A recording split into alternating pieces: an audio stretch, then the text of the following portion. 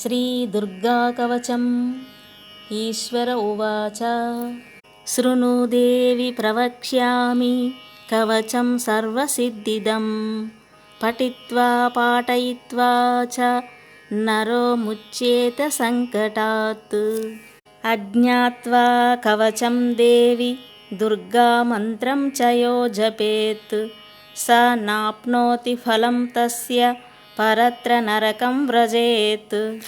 उमादेवी शिरः पातु ललाटे शूलधारिणी चक्षुषी केसरी पातु कर्णौ चत्वरवासिनी सुगन्धनासिके पातु वदनं सर्वधारिणी जिह्वां च चण्डिका देवी ग्रीवां सौभद्रिका तथा अशोकवासिनी चेतो द्वौ बाहू वज्रधारिणी हृदयं ललिता देवी उदरं सिंहवाहिनी कटिं भगवती देवी द्वाऊरु विन्ध्यवासिनी महाबला च जङ्गे द्वे पादौ भूतलवासिनी एवं स्थितासि देवी त्वं त्रैलोक्यरक्षणात्मिके रक्ष मां